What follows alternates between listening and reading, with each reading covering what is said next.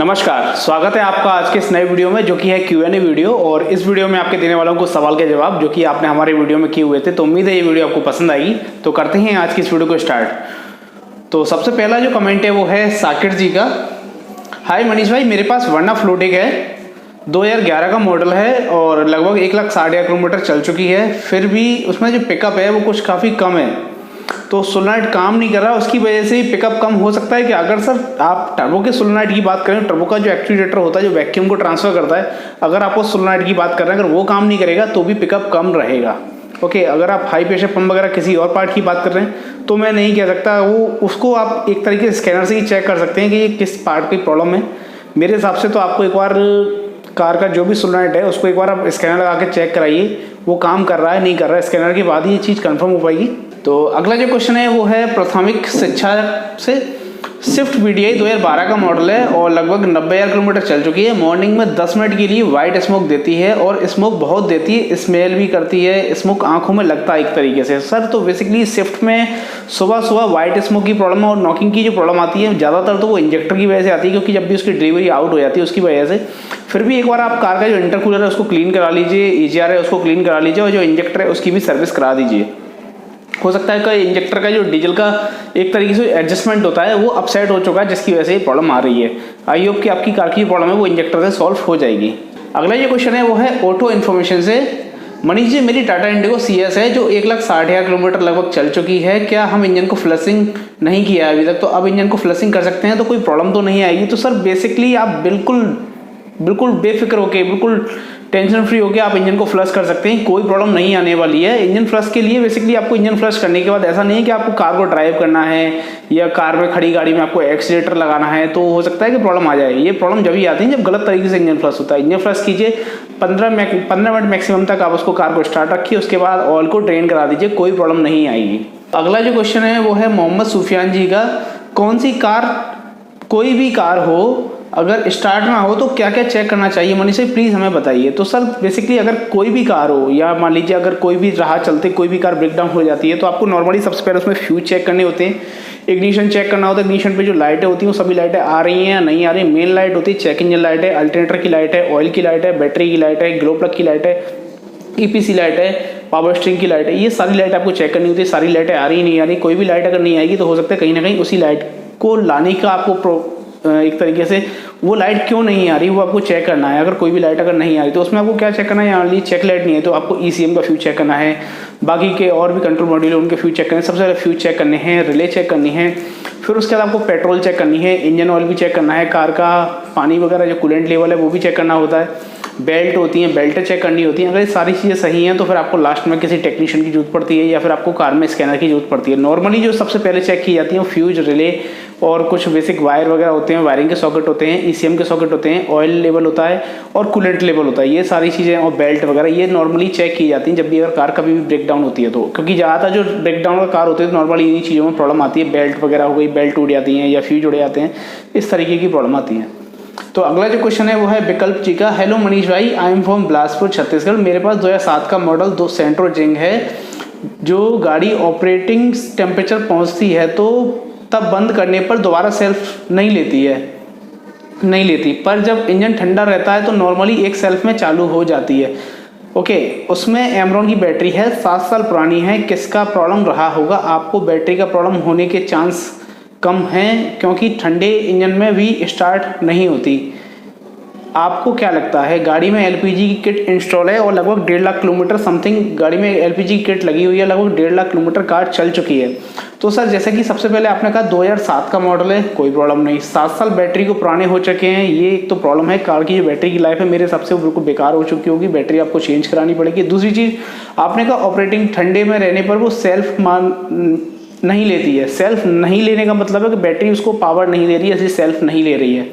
तो मेरे हिसाब से आप उसमें 1.5 लाख चलिए, उससे कोई मैटर नहीं करता। मेन चीज़ मैटर करती है कार के अंदर बैटरी कैसी है। पहले तो आप उसकी बैटरी चेक कराइए, बैटरी सही यानी गर्म होने के बाद बैटरी काम कर रही है नहीं कर रही है, ठंडे होने के बाद बैटरी क्यों नहीं काम कर रही है, बैटरी के टर्मिनल सही प्रॉपर लगे हुए हैं या क्लीन है या नहीं है, बैटरी टर्मिनल वगैरह आप चेक करा लीजिए। और एक बार हो सके तो आप कार का जो फ्यूल पंप है उसको भी चेक कराइए। कभी कभी कार में फ्यूल पंप गर्म होने की वजह से भी काम नहीं करता है। अगर ये सारी चीज़ें ठीक निकलती हैं तो फिर लास्ट में तो फिर 1-1.5 लाख के हिसाब से वो भी एलपीजी लगी, तो उसके हिसाब से फिर उसके जो सिलेंडर हेड के वाल्व हैं वो एक तरीके से ख़राब हो जाते हैं ज़्यादातर एलपीजी कार के अंदर। ये क्वेश्चन है आसिफ खान जी का, कैटलिक कन्वर्टर आने से कोई प्रॉब्लम होता है क्या? मनीष भाई इसके बारे में बताइए। Basically sir catalytic converter exhaust gas का एक तरीके से आप उसको नॉर्मल हिंदी भाषा से सिंपल सी लैंग्वेज में आप उसको एक तरीके से फिल्टर बोल सकते हैं। एग्जॉस्ट गैस में जो एक तरीके से ऐसे कार्बन होते हैं जो कि हमारे इन्वायरमेंट के लिए बेकार होते हैं, यानी कि हमारे और आपके लिए एक तरीके से इतने बेकार है, बहुत ज़्यादा प्रदूषण करते हैं, तो उसको एक तरीके से फिल्टर करने का काम करता है कैटलिक कन्वर्टर। तो जो अगर बहुत से टेक्नीशियन होते हैं, मैकेनिक होते हैं जो कि कैटलिक कन्वर्टर को निकाल देते हैं, उससे पिकअप बढ़ जाता है, ये बढ़ जाता है, वो ऐसा सब कुछ एक तरीके से देखा जाए तो बेकार की बातें हैं। नॉर्मली ये सब कुछ आगे चल के एनवायरनमेंट के लिए एक तरीके से बेकार की चीज़ें होती हैं, उनको निकालना कंपनी लगा के देती है, इतना कॉस्टली आता है। वो क्यों आता है? क्योंकि वो उसमें कोई ना कोई क्वालिटी है, वो इंजन को फिल्टर कर रहा है, उसकी गैस को फिल्टर कर रहा है, उसके अंदर इस टाइप के पार्ट डाले गए हैं जो कि आगे चल के उस प्रॉब्लम को ना क्रिएट करें। इंजन एक बार को रिपेयर हो सकता है लेकिन किसी की लाइफ उसको ज़्यादा मैटर ज़्यादा करती है। ओके, इस हिसाब से जो कैटलिक कन्वर्टर वगैरह हैं उन्हें टाइम से क्लीन कराना चाहिए, वो भी बैक प्रेशर से। और कैटलिक कन्वर्टर आने से इंजन का साउंड बेटर होता है, पिकअप भी बेटर होता है और जो इन्वायरमेंट है वो भी एकदम क्लीन रहता है, कोई प्रॉब्लम नहीं रहती है। तो अगला जो क्वेश्चन है वो है साहिक भाई का।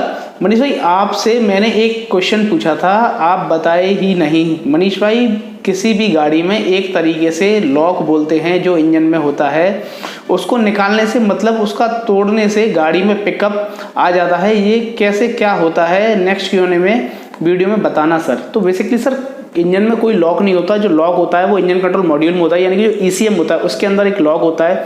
बेसिकली आजकल की जो टैक्सी परमिट जो गाड़ी आ रही हैं उनमें एक लॉक इस टाइप का आता है। अगर मैं कहूँ तो स्पीड लिमिटर होता है, उसको शुद्ध भाषा में स्पीड लिमिटर बोलते हैं, जो कि कार 80 से ऊपर नहीं भागती। उसका जो प्रोफाइल होता है उसको चेंज करके या उसको मैप करके एक तरीके से उसका जो लॉक है उसको हटा दिया जाता है और कार का 80 की स्पीड जो लॉक होकर आती है कंपनी से वो हट जाती है और कार इमीडिएट जो नॉर्मल और बाकी कार भागती हैं उसी हिसाब से वो कार भी रन करने लगती है। लेकिन ये एक तरीके से गलत है, क्योंकि अगर गवर्नमेंट ने अथॉरिटी दी है उसको 80 से ऊपर ना जाने के लिए, क्योंकि स्कूल की वैन है, एम्बुलेंस हैं, कुछ टैक्सी की गाड़ियाँ हैं जो कि 80 से ऊपर नहीं जानी चाहिए, तो नहीं जानी, बिल्कुल सही है। गवर्नमेंट के हिसाब से बिल्कुल रूल एकदम सही है और उसको आप कभी भी किसी गाड़ी का लॉक वगैरह ना तोड़ा तो ज़्यादा बेटर है। तो अगला जो कमेंट है वो है कासिम भाई का।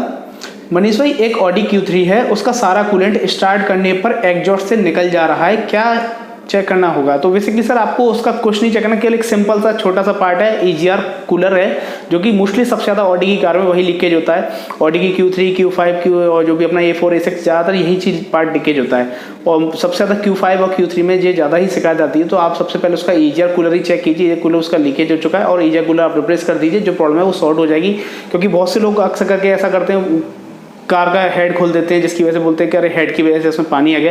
ऐसा बिल्कुल नहीं है, उसमें ओनली EGR कूलर की प्रॉब्लम है। इजीली एक बार में आप EGR कूलर खोलिए और एक बार में ही आप उस प्रॉब्लम को सॉर्ट आउट कर सकते हैं। तो अगला जो कमेंट है वो है नील सोलंकी जी का। मनीष भाई मेरी टाटा मांझा में ग्लो प्लग की लाइट ओके है होती है, ऑन होती है और उसके साथ साथ चेक लाइट भी ऑन होती है और लाइट कभी कभी आती है और कभी कभी ऑफ भी हो जाती है और ग्लो प्लग भी चेक करवाया, वो भी बिल्कुल ओके है और कार स्टार्ट होती है, बिल्कुल अच्छे से चल जाती है, कोई दिक्कत नहीं आती है। तो सर आपको बेसिकली ग्लो प्लग अगर आपने चेक कराए हैं, एक बार आप उसके ग्लो प्लग के कंट्रोल मॉड्यूल की वायरिंग को चेक करा लीजिए, फ्यूज चेक करा लीजिए और नहीं तो लास्ट में एक बार आप कार को स्कैन करा लीजिए, जिससे कि जो फोल्ड कोड है प्रॉपर्ली, ज़्यादातर मेरे ख्याल से P0651 कोड आता है जो कि ग्लो प्लग कंट्रोल मॉड्यूल का होता है, वो एक बार आप चेक करा लीजिए।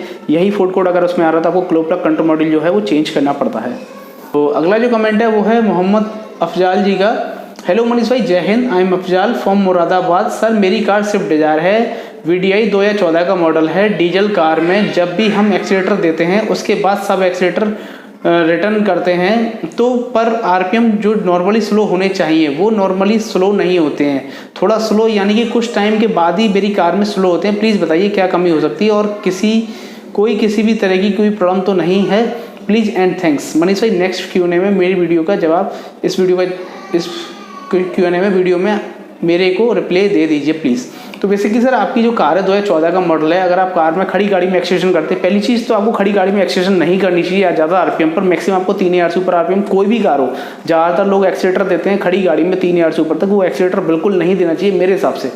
ओके, और रही बात अगर आपकी कार का ऊपर से नीचे RPM बहुत स्लोली आता है तो उसके लिए आप इसका जो मास्टर फ्लो सेंसर है उसको चेक कराइए, टर्बो चार्जर जो इंटरकूलर होता है उसको चेक कराइएगा, उसमें ऑयल आ जाएगा जिसकी वजह से ऑयल अगर इनटेक मनीफोल्ड से सीधे बाल्ब पे जाएगा तो इस तरीके की प्रॉब्लम आती है, RPM जो है सीधे स्लो आते हैं मतलब सडनली जो नीचे आनी चाहिए वो प्रॉपर नहीं आएंगे। तो इसके लिए आपको एक बार जो उसका इंटरकूलर है और टर्बो चार्जर है और EGR और मास फ्लो सेंसर और एयर फिल्टर, ये 2-3 चीज़ें आपको चेक करना है। और हाँ, डीजल फिल्टर भी आप उसका चेक करा लीजिए। अगला जो क्वेश्चन है वो है अभिषेक गोयल जी का। मनीष भाई, मेरे पास स्विफ्ट है, 1,17,000 किलोमीटर चल गई है। मैंने 1,11,000 पर उसका पूरा इंजन ऑयल चेंज किया था, बट अब मैंने चेक किया कि इंजन ऑयल से जले होने की स्मेल आ रही है और बिल्कुल काला हो गया है। इतनी जल्दी ख़राब होने की क्या वजह हो सकती है? मैंने इसमें सेल हेलिक्स 530 डलवाया था। बेसिकली सर ऐसा होता है, इंजन ऑयल आप कोई भी गाड़ी का कभी भी कितने किलोमीटर डलवाएं या किसी भी कंपनी का डलवाओ, उससे कोई मतलब नहीं पड़ता। मेन चीज़ होती है, अगर इंजन डीजल इंजन के अंदर पहली चीज़ तो इंजन ऑयल काला होता है जल्दी, जब भी इसीलिए इंजन की जो फ्लशिंग की प्रोसीजर होती है वो इसीलिए की जाती है कि इंजन को फ्लश करके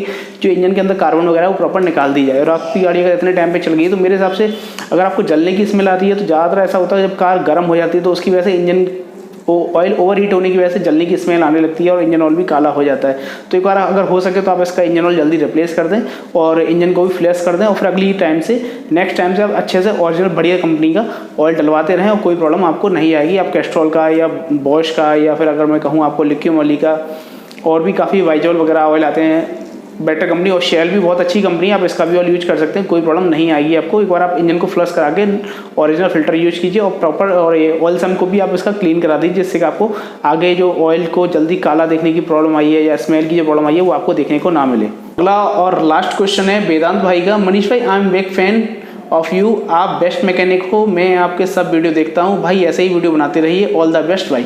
तो भाई बिल्कुल दिल से आप लोगों का थैंक यू, आपने हमें ऑल द बेस्ट बोला। प्लीज़ मैं आपका बिल्कुल आभारी हूँ इस चीज़ के लिए, और आगे भी आपको ऐसे ही नए नए कमेंट यानी कि आप करने का मौका देता रहूँगा, यानी कि नए नए मैं आपके लिए वीडियो लेके आता रहूँगा। और उम्मीद है ये प्यार और ये सपोर्ट आप लोगों का ऐसे ही बना रहेगा।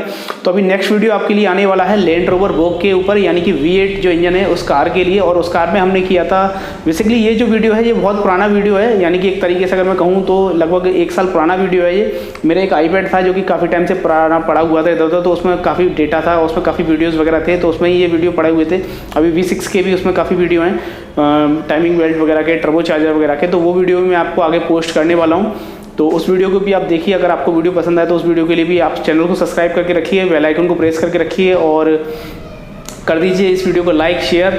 और अगर आपने चैनल को अभी तक सब्सक्राइब नहीं किया तो इस चैनल को भी सब्सक्राइब कर लीजिए। तो करते हैं आज की इस वीडियो को यहीं से, मिलते हैं जल्दी नई वीडियो में, तब तक के लिए देखते रहिए मनीष का। जय हिंद, वंदे मातरम, नमस्कार।